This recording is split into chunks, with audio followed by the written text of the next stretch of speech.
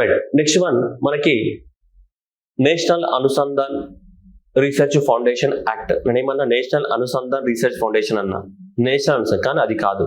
ఎందుకంటే జనరల్గా మనకు అలానే పోతుంది, ఎగ్జామినేషన్లో మిస్టేక్ చేస్తాం కానీ అది కాదు. ఫస్ట్ అనుసంధాన్ వస్తుంది, ఓకేనా. సో అది అందుకే నేను స్టార్టింగ్ లోనే చెప్తున్నాను. ఫస్ట్ ఏమొస్తుంది? The Anusandhan national research foundation act 2023 భారతదేశంలో రీసెర్చ్ ని పెంపొందించడానికి కోసం. అనుసంధానం అనేది కనెక్టింగ్ ద వాట్ ఇండస్ట్రీ కానీ, అకాడమిక్స్ కానీ, యూనివర్సిటీస్ కానీ, గవర్నమెంట్స్ కానీ అందరితోటి కనెక్ట్ అవ్వాలి. కనెక్ట్ అయ్యి భారతదేశంలో ఏం చేయాలి? మనకు రీసెర్చ్ ని ప్రమోట్ చేయాలి. So that is Anusandhan national research foundation act 2023. So ఇక ఏమంటున్నాం మనం? అనుసంధాన్ ఫస్ట్ వస్తుంది, తర్వాత ఏమొస్తుంది నేషనల్. కానీ ఎగ్జామినేషన్ ఇది మనకి తెలియకుండా మిస్టేక్ అయిపోతుంది. ఏమంటే ఇట్లా ఇస్తాడు, ఏది నేషనల్, మన అది కూడా కరెక్ట్ అనిపిస్తుంది, ఇదే కరెక్ట్ అనిపిస్తుంది. యాక్చువల్ గా మనం చూసేది నేషనల్ అనుసంధాన్ కరెక్ట్ అనిపిస్తుంది. అర్థమైందా? నేషనల్ అనుసంధాన్ రీసెర్చ్ ఫౌండేషన్ ఇది కరెక్ట్ అనిపిస్తుంది. కాదు అది కాదు. చూడడానికి ఇట్లా అనిపిస్తుంది నిజమేనే, కానీ అది కాదు. ఒరిజినల్ నేమ్ ఏంటిది? So Anusandhan. So that is the national research foundation act 2023. మరి ఇప్పుడు రీసెర్చ్ చేయడానికి కోసం ఇది కొత్తగా తీసుకొచ్చాము. కానీ అంతకుముందు ఏ యాక్ట్ ఉండే అంటే భారతదేశంలో కనుక తీసుకుంటే మనకి the science and engineering research board act 2008 ఉండే. The science and engineering research board act 2008 ఉండే. దీని ప్రకారం మనం రీసెర్చ్ కోసం ఫండింగ్ ఇచ్చేవాళ్ళం అనమాట. ఈ చట్టం ప్రకారం మనము రీసెర్చ్ ఎవరైనా చేసిన భారతదేశంలో సో వాళ్ళకి ఫండింగ్ అనేది ఈ చట్టం ప్రకారం ఇచ్చేవాళ్ళం. ఏది? The science and engineering research board act 2008 ప్రకారం. ఈ యాక్ట్ ని ఇప్పుడు తీసేసాం అనమాట. ఈ యాక్ట్ ని తీసేసి ఈ యాక్ట్ ప్లేస్ లోనే మనం ఇది రీప్లేస్ చేయడం జరిగింది. కొత్త యాక్ట్ ఏది? The Anusandhan national research foundation act 2023 replace the which act అంటే ఈ యాక్ట్ ఏది? Science and engineering research board act 2008 ఏదైతే ఉందో దీన్ని రీప్లేస్ చేయడం జరిగింది. ఈ యాక్ట్ ని రీప్లేస్ చేసి సో ఈ యాక్ట్ ని తీసుకొచ్చాం మనం. ఏది? The Anusandhan national research foundation. Okay right. దీనికోసం రీసెర్చ్ అని ప్రమోట్ చేయడానికి కోసం. ఓకేనా రైట్. చూడండి దట్ ఈస్ ఎప్పుడు మనకి August 14 2023 రోజు మన గజెట్ ఆఫ్ ద ఇండియాలో ప్రింట్ చేయడం అనేది జరిగింది. సో ద ప్రెసిడెంట్ అసెంట్ ఏ రోజు ఇచ్చారు దానికి? August 12, 2023 రోజు ప్రెసిడెంట్ ఆఫ్ ఇండియా సైన్ చేశారు. అండ్ గజెట్ ఆఫ్ ద ఇండియాలో సో August 14, 2023 రోజు మనకి ప్రింట్ అయ్యింది. So that is 74th republic of the India. 74th republic of the India రోజు ప్రింట్ అయింది. అంటే 24వ సంవత్సరంలో ప్రింట్ అయింది మన republic of the India. Sir 74వ సంవత్సరం. సరే అయితే ఇది ప్రింట్ అయిన గజెట్ లో ప్రింట్ అయిన 60 రోజుల తర్వాత ఏమైతే అమల్లోకి వస్తుంది. జనరల్ గా ఎక్కడైనా ప్రెసిడెంట్ ఇచ్చిన తర్వాత ఏమైతే గజెట్ ఆఫ్ ఇండియాలో ప్రింట్ అవుతుంది. గజెట్ ఆఫ్ ఇండియాలో ప్రింట్ అయిన 60 రోజుల తర్వాత అమల్లోకి రావడం స్టార్ట్ అవుతుంది ఏదైనా సరే. ఓకే అంటే ఇక్కడ ఆగస్ట్ లో ప్రింట్ అయింది కాబట్టి September 14, October 14. సో కాబట్టి అక్టోబర్ నుంచి ఆల్మోస్ట్ ఇది అమల్లోకి వచ్చినట్టు లెక్క మనకి. Okay right. సరే ఈ Anusandhan national research foundation 2023 so దీన్ని ఏం చేయాలనుకుంటుందంటే రీసెర్చ్ ని ప్రమోట్ చేయాలనుకుంటుంది. దేంట్లో? నేచురల్ సైన్సెస్ లో. నేచురల్ సైన్సెస్ లలో ఏం ప్రమోట్ చేయాలనుకుంటుంది? ఒకటి రీసెర్చ్ ని ప్రమోట్ చేయడము, రెండోది ఇన్నోవేషన్స్ ని ప్రమోట్ చేయడము, మూడోది ఎంటర్‌ప్రెన్యూర్‌షిప్ ని ప్రమోట్ చేయడం. ఇక్కడ డౌట్ వస్తుంది. రీసెర్చ్ అండ్ ఇన్నోవేషన్ కరెక్ట్ వస్తుంది కానీ ఎగ్జామినేషన్ ఇక్కడ డౌట్ వస్తుంది. ఎంటర్‌ప్రెన్యూర్‌షిప్ ఏంటిది? అసలు ఇక్కడ చూసినేమో నేషనల్ రీసెర్చ్ ఫౌండేషన్ అని ఉంది, ఇక్కడ చూసినేమో బిజినెస్ మెన్ లాగా తయారు చేయాలని అనుకుంటున్నాడు. కానీ ఎగ్జామినేషన్ లో మనం ఇది పెట్టము, ఇక్కడ పోతుంది. సో కానీ దాన్ని గుర్తుపెట్టుకోవాల్సిన అవసరం అయితే ఉంది. ఎందుకంటే సైన్స్ అండ్ టెక్నాలజీ రీసెర్చ్ చేసేది ఎందుకు? టైం పాస్ కోసం కాదు కదా. దాని ద్వారా వచ్చిన నాలెడ్జ్ ద్వారా మనం పెద్ద పెద్ద ఎంటర్‌ప్రెన్యూర్‌షిప్ అవ్వాలి కదా. సపోజ్ ఇప్పుడు ఎగ్జాంపుల్ అమెరికాలో వివేక్ రామస్వామి ఉన్నాడు ఇప్పుడు, Republican party. So Donald Trump కి ఆల్మోస్ట్ ఎలాన్ ముస్క్ వీళ్ళిద్దరు రైట్ హ్యాండ్ లెఫ్ట్ హ్యాండ్. ఆయన కూడా ప్రెసిడెంట్ కంటెంట్ చేస్తాం. కానీ వివేక్ రామస్వామి ఏంటిది? సేమ్ బయాలజికల్ లో ఎక్కువ మొత్తంలో రీసెర్చ్ చేస్తాడు. అండ్ బిల్ట్ ఏ కంపెనీ, వేలాది మందికి ఎంప్లాయ్మెంట్. సో ఎంటర్‌ప్రెన్యూర్‌షిప్ గా మారాలి. మనం చేసిన రీసెర్చ్ అంతా కూడా ఏం చేస్తాం? మరి జీవితకాలం రీసెర్చ్ చేసి అటెండ్ చేసిపోతా ఏంది? కాదు కదా. ఎంటర్‌ప్రెన్యూర్‌షిప్ గా మారాలి కదా. సో కాబట్టి అది లాజిక్ ఆలోచించండి. సో రీసెర్చ్ కానీ అండ్ నెక్స్ట్ ఏంటిది ఇన్నోవేషన్స్ కానీ అలాగే ఏంటిది ఎంటర్‌ప్రెన్యూర్‌షిప్ ని ప్రమోట్ చేయాలి. ఏ ఫీల్డ్లలో? ఈ న్యాచురల్ సైన్స్ ఫీల్డ్లలో. ఓకేనా. Research, innovation and what entrepreneurship ని ప్రమోట్ చేయాలి in the fields of the what natural sciences field లోపల ఇది ప్రమోట్ చేయాలి. మరి ఏంటిది న్యాచురల్ సైన్సెస్ లోపల ఇవన్నిటిని ప్రమోట్ చేయాలని చెప్తున్నాం. ఏ ఫీల్డ్ అంటున్నాం? In the field of the natural sciences. దీని యొక్క ఆబ్జెక్టివే ఇది అనమాట. ఈ ఆర్గనైజేషన్ యొక్క ఆబ్జెక్టివే ఇది. అంటే న్యాచురల్ సైన్సెస్ అంటే ఏం చెప్పారు మనకి గజెట్ లో, ఈ చట్టంలో? అంటే ఇవి చెప్పారు. ఏది? మ్యాథమెటికల్ సైన్సెస్ కానీ, నెక్స్ట్ ఇంజనీరింగ్ అండ్ టెక్నాలజీ కానీ, ఎన్విరాన్మెంట్ అండ్ ఎర్త్ సైన్సెస్ కానీ, హెల్త్ అండ్ అగ్రికల్చర్ కానీ, next scientific and technology interfaces of the humanities and the social sciences. Humanities and the social sciences కి సంబంధించినటువంటి ఏమైనా సైన్స్ అండ్ టెక్నాలజీలో innovations అనేది ఈ సబ్జెక్టులకు ఉపయోగపడతాయి, హ్యూమానిటీస్ కానీ సోషల్ సైన్సెస్ కానీ ఉపయోగపడేవి ఉన్నా వాటిపైన రీసెర్చ్ చేయొచ్చు మనం. హెల్త్ అండ్ అగ్రికల్చర్ అంటే పర్టికులర్ మెన్షన్ చేశారు. Environment and earth sciences, engineering and technology and ఏంటిది మ్యాథమెటికల్ సైన్సెస్. మన జనరల్ ఏమనుకుంటాం, ఇది పక్కన పెడతాం, మ్యాథమెటిక్స్ లో ఎవరు రీసెర్చ్ చేస్తారని. మ్యాథమెటిక్స్ లో కూడా చాలా మ్యాథమెటిక్స్ మీద రీసెర్చ్ చేయండి.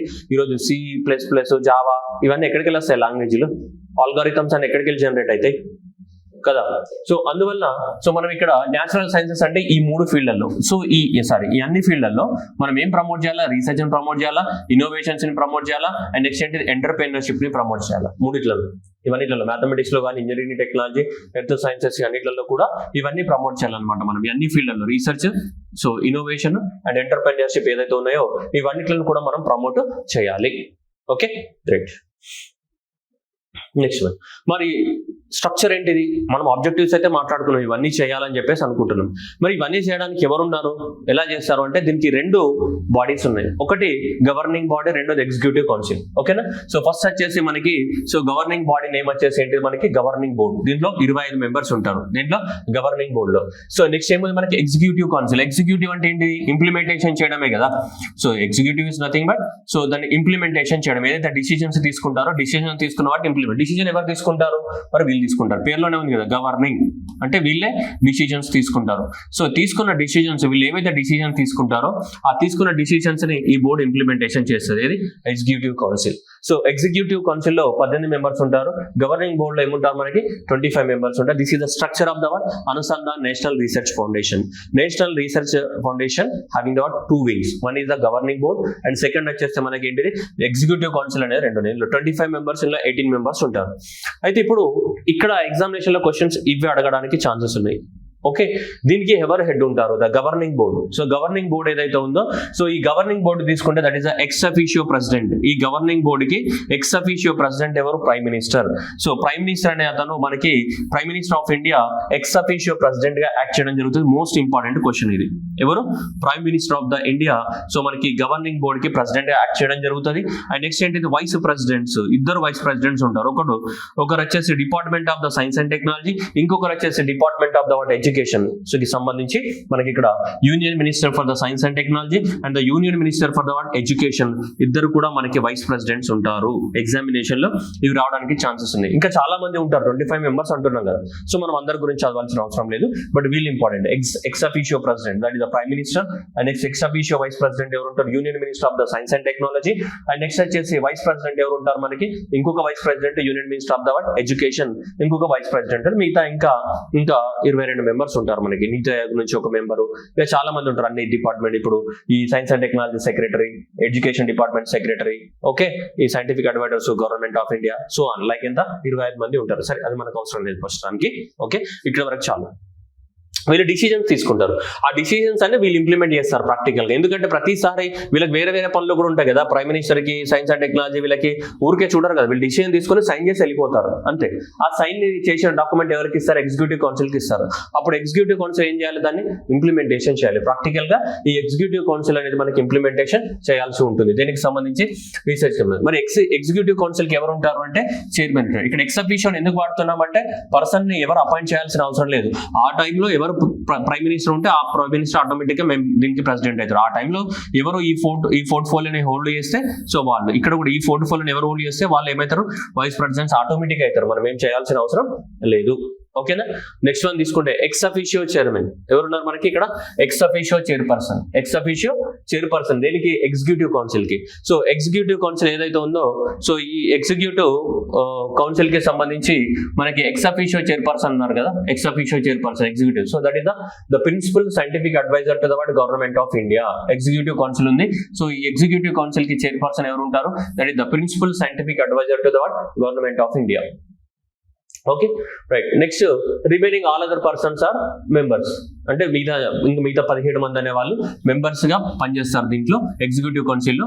అండ్ జస్ట్ ఈ ఒక్క పర్సన్ మాత్రం ఎవరు, the principal scientific advisers to the government of India ఎవరైతే ఉన్నారో ఈ పర్సన్ దీనికి ఏం చేస్తారు మనకి, చైర్పర్సన్ గా యాక్ట్ చేస్తారు. దీనికి ఎగ్జిక్యూటివ్ కౌన్సిల్ కి చైర్పర్సన్స్ గా యాక్ట్ చేయడం అనేది జరుగుతుంది. సో గవర్నింగ్ బోర్డ్ అనేది ఏంటిది, స్ట్రాటజిక్ డైరెక్షన్స్, ఇవన్నీ కూడా objectives of the foundation implement చేయడానికి కోసం డిసిజన్ తీసుకుంటుంది. అవన్నీ ఎవరికి ఇస్తుంది, ఎగ్జిక్యూటివ్ కౌన్సిల్ ఇస్తుంది. ఎగ్జిక్యూటివ్ కౌన్సిల్ ఏం చేస్తారు, వాటిని ఇంప్లిమెంటేషన్ చేస్తారు. దీనికి దీనికి ప్రెసిడెంట్ ఎవరు?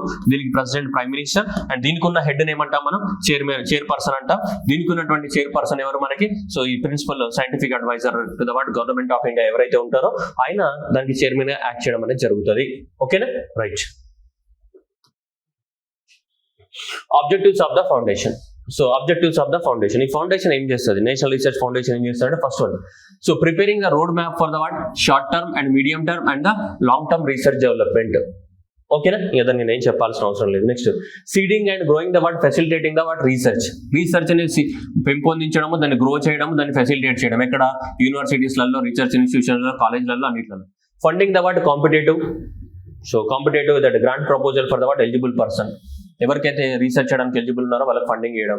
And setting up of the research infrastructure and increasing of the India's role in the global level, national లెవెల్లో ఇండియా రోల్ ప్లే చేయడము. And supporting the translation research, బుక్లను ట్రాన్స్లేట్ చేయడంలో మనకి సపోర్ట్ చేయడము.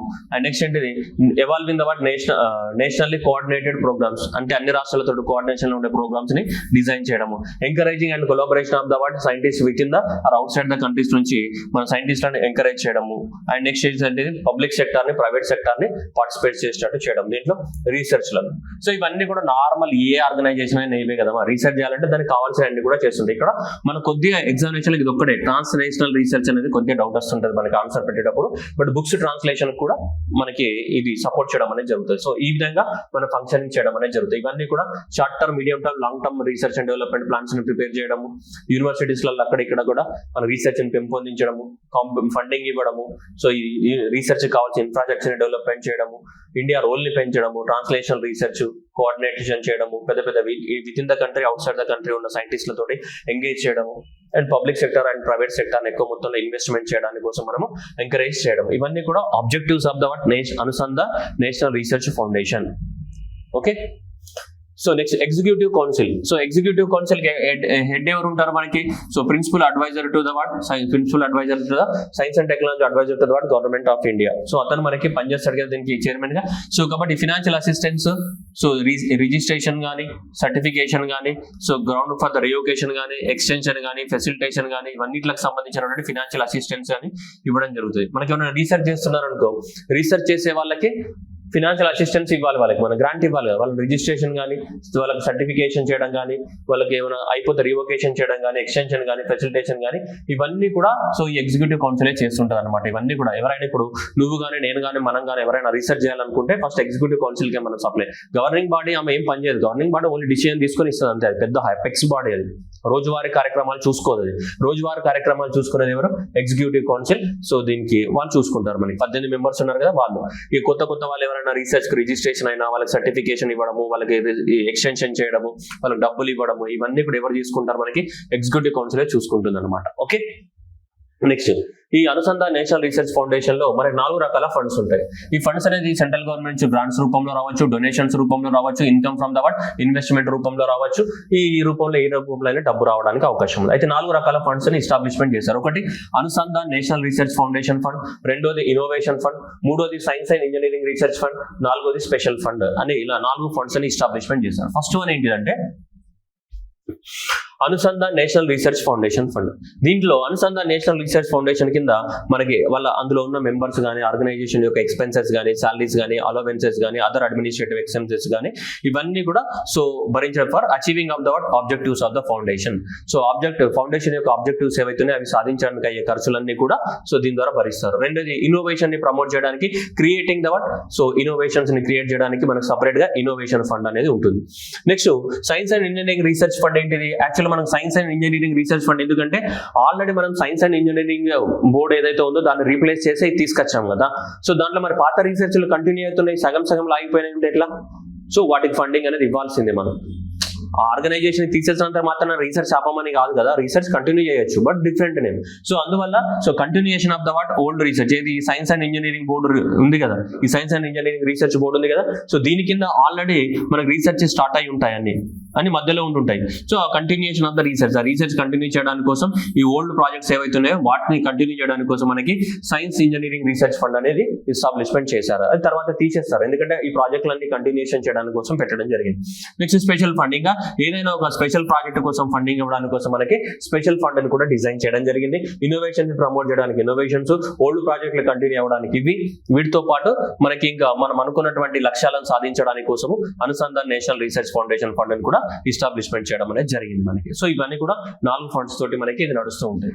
మరి కాప్ కింద వస్తుందట, ఎస్, కంట్రోల్ ఆడిటర్ జనరల్ కూడా దీన్ని ఆడిట్ చేయొచ్చు అనమాట. ఈ ఎగ్జిక్యూటివ్ కౌన్సిల్ ఏముంటదంటే, ఈ ఎగ్జిక్యూటివ్ కౌన్సిల్ కదా రోజువారీ ఇంప్లిమెంట్ చేసేది మనకి. ఈ ఎగ్జిక్యూటివ్ కౌన్సిల్ అనేది పూర్తి ఆడిట్ రిపోర్ట్ ని మనకి యూనియన్ గవర్నమెంట్ కి ఇస్తుంది. యూనియన్ గవర్నమెంట్ అనేది దీని యొక్క ఆడిట్ రిపోర్ట్ ని మనకి పార్లమెంట్ లో సబ్మిట్ చేయడం జరుగుతుంది. సో ఆ తర్వాత మనకి పార్లమెంట్ లో సబ్మిట్ చేసిన తర్వాత రిపోర్ట్ అనేది కాగ్ ఏదైతే ఉందో, కాగ్ అనేది కూడా ఈ రిపోర్ట్ ని మనకి ఏం చేయడానికి, ఆడిట్ చేయడానికి సో ఈ ఛాన్సెస్ ఉన్నాయి. ఇది మనకి అనుసంధాన్ నేషనల్ రీసెర్చ్ ఫౌండేషన్ ఏదైతే ఉందో, సో దీని యొక్క మనం పెట్టినటువంటి ఎక్స్పెండిచర్ ఏదైతే ఉందో ఈ ఎక్స్పెండిచర్ అంతా కూడా కాగ్ ఆడిట్ చేయొచ్చు. ఇది ఎగ్జామినేషన్ ఇచ్చినప్పుడు మనకు డౌట్ వస్తుంది, కాగ్ ఆడిట్ చేయొచ్చా లేదా అని చెప్పేసి. కాగ్ ఆడిట్ చేయొచ్చు. ఎవరు? ఎగ్జిక్యూటివ్ కౌన్సిల్ ప్రిపేర్ చేస్తుంది. ఈ ఎగ్జిక్యూటివ్ కౌన్సిల్ ప్రిపేర్ చేసింది యూనియన్ గవర్నమెంట్ కి ఇస్తుంది. యూనియన్ గవర్నమెంట్ ఎక్కడ ప్రవేశపెడుతుంది? పార్లమెంట్ లో ప్రవేశపెడుతుంది. సో ఆ రిపోర్ట్స్ అన్నిటిలో కూడా కాగ్ ఆడిట్ చేయడానికి అవకాశం ఉంది. ఓకే, సో రిపోర్ట్స్ అనేది కాగ్ ఆడిట్ చేస్తుంది మన. అందుకని ఇక్కడ నేను సో ఇక్కడ ఈ డాట్ మార్క్స్ పెట్టిన ఇట్లా ఆడిట్ చేయడానికి అవకాశం ఉంది. కాగ్ అనేది చేస్తుంది, చేయడానికి కాదు చేస్తుంది, ఆడిట్ చేయడం జరుగుతుంది. ఓకేనా? సో ఇది మనకి ఒరిజినల్ గా సో దీనికి సంబంధించినటువంటి ఇదన్నమాట. ఇది so Anusandhan research foundation. So examination లో క్వశ్చన్ రావడానికి ఛాన్సెస్ అద్భుతంగా ఉన్నాయి దీంట్లో, ఎందుకంటే లేటెస్ట్ టాపిక్ కాబట్టి మనకి. So the Anusandhan national research foundation, మళ్ళీ చెప్తున్నాం కదా ఎగ్జామినేషన్ లో రివర్స్ అవుతుంది. ఈ నేషనల్ అనే పదం ఇక్కడ ఇస్తాడు, ఈ అనుసంధాన్ అనే పదం ఇక్కడ ఇస్తాడు, మనం కరెక్టే అనుకుంటాం, వెళ్ళిపోతుంది. అట్లా అనుకున్నా కానీ మనకు కరెక్ట్ అనిపిస్తుంది, ఏం రాంగ్ అనిపించదు. The national Anusandhan research foundation అన్న కరెక్ట్ అనిపిస్తుంది. కాబట్టి ఫస్ట్ ఏ వస్తుంది గుర్తుపెట్టుకోవాలా. సో అనుసంధాన్, సో మనకి national research foundation ANRF first A తో స్టార్ట్ అవుతుంది. ఇది అర్థమైందా? అనుసంధాన్ మరి ఎంతో స్టార్ట్ కాదు, మనకి ఎగ్జామినేషన్ ఖచ్చితంగా రివర్స్ చేస్తాడు. Okay, so Anusandhan national research foundation act కానీ, అంతేగాని national Anusandhan research foundation act కాదు. ఓకే, సో కాబట్టి గుర్తుపెట్టుకోవాలి మీరు. So that is the Anusandhan national research foundation act. So that is the so August 2023లో మనకి స్టార్ట్ అయింది. 14th నుంచి గజెట్ లో ప్రింట్ అయింది. 12th రోజు అయితే ప్రెసిడెంట్ గారు సైన్ చేయడం జరిగింది.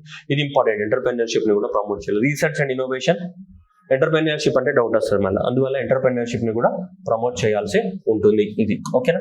సో గుర్తుపెట్టుకోవాలి. ఏ చట్టాన్ని రీప్లేస్ చేసింది ఇదని కూడా అడగడానికి ఛాన్స్ ఉంది. ఇది science and engineering research board act 2008 ఏదైతే ఉందో ఆ చట్టాన్ని ఇది రీప్లేస్ చేయడం అనేది జరిగింది. With the name of the what Anusandhan national research foundation act 2023 తోటి. Okay, thank you.